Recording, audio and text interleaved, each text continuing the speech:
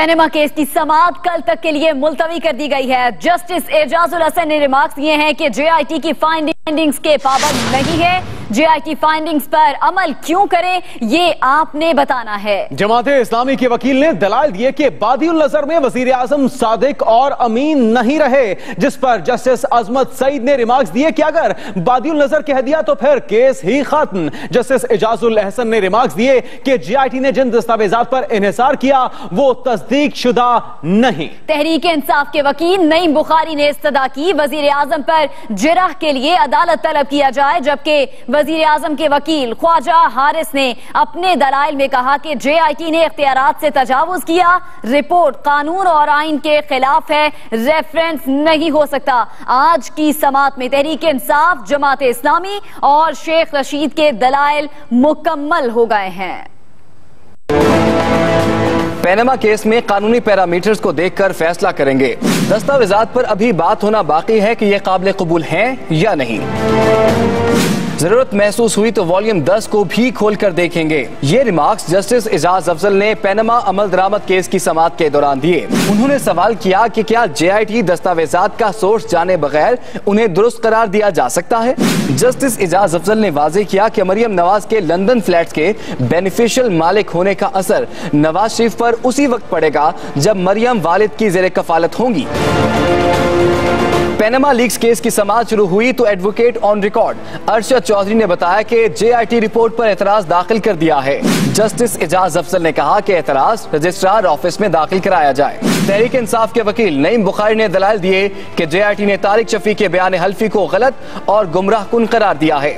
Maryam Nawaz London flat की beneficial मालिक साबित हो गई हैं। फोरेंसिक माहिरीन ने ट्रस्ट डीड के फॉन्ट पर एतराज किया। जस्टिस एजाज अफजल ने रिमार्क्स दिए कि शहबाज शरीफ ने जेआईटी में ऐसे बयान दिया जैसे पुलिस अफसर के सामने देते हैं। शहबाज शरीफ का बयान सिर्फ तजाद की निशानदही के लिए इस्तेमाल हो सकता है। जस्टिस एजाजुल हसन का कहना था कि जेआईटी ने हिल मेटल कंपनी के हवाले से जिन दस्तावेजात पर इन्हिसार किया वो तस्दीक शुदा नहीं। जस्टिस अजमत सईद ने दरखास्त गुजारों के वकला से पूछा कि FZE की दस्तावेजात कानूनी मुआवनत के नतीजे में मिली, असासे आमदन से जायद होने के नतायज क्या होंगे। नईम बुखारी के दलाइल मुकम्मल होने के बाद जमात इस्लामी के वकील तौफीक आसिफ ने दलाइल शुरू किए तो जस्टिस एजाज अफजल ने कहा रिपोर्ट हम पढ़ चुके हैं, आप इस पर दलाइल दें। जस्टिस एजाजुल हसन ने कहा कि हम जेआईटी फाइंडिंग्स के पाबंद नहीं, आप बताएं जेआईटी फाइंडिंग्स पर अमल क्यों करें। तौफीक आसिफ ने कहा बादिउल नजर में वज़ीर आज़म सादिक और अमीन नहीं रहे, जिस पर जस्टिस अजमत सईद ने कहा कि अगर बादिउल नजर कह दिया तो फिर केस ही खत्म हो गया। शेख रशीद ने अपने दलाल के आगाज पर कहा कौम की नाक कट गई कि वज़ीर आज़म दूसरे मुल्क में नौकरी करता है। मरियम बेटी के लंदन फ्लैट्स का मालिक होने का शक नहीं रहा।